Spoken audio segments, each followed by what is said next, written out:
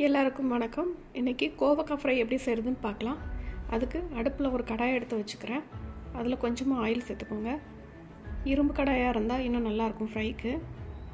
Oil சூடாகட்டும். சூடானதுக்கப்புறமா கடுகு உளுந்தம்பருப்பு போட்டு தாளிச்சிக்கலாம். கடுகு பொரிஞ்சதுக்கப்புறமா டேரெக்டாக கட் பண்ணி வச்சுருக்க கோவக்காவே நம்ம ஆட் பண்ணிட வேண்டியதான்.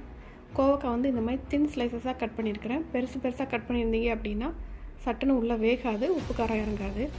அதனால் இந்த மாதிரி தின் ஸ்லைஸாக கட் பண்ணிவிட்டு இதை நல்லா அந்த ஆயிலெல்லாம் இதில் படுற மாதிரி ஒரு கோட் நல்லா கிண்டி விட்டுக்கோங்க. ஒரு கோட் கிண்டி விட்டதுக்கப்புறமா நம்ம மசாலா பொடியெல்லாம் சேர்த்துடலாம். தேவையான அளவு மஞ்சத்தூள், கொஞ்சம் மிளகாய்த்தூள் உங்கள் காரத்துக்கு தகுந்தாப்பில் போட்டுக்கோங்க.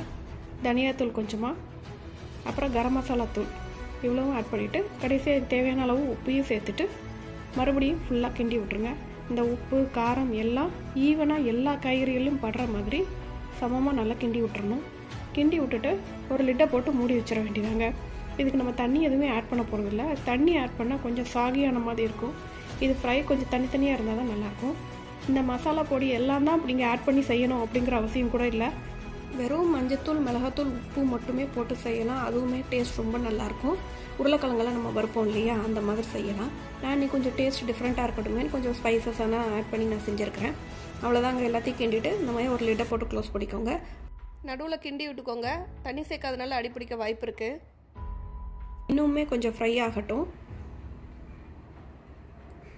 இந்த மாதிரி ஃப்ரை ஆனோடனே நம்ம இதை ஸ்டவ்வை ஆஃப் பண்ணிக்கலாம். நான் வந்து என்கிட்ட கருவேப்பிலை இட்லி பொடி இருந்தது, கொஞ்சம் ஆட் பண்ணியிருக்கேன். அது கொஞ்சம் எக்ஸ்ட்ராவாக ஃப்ளேவர் கொடுக்கும், நல்லாயிருக்கும் டேஸ்ட்டும்.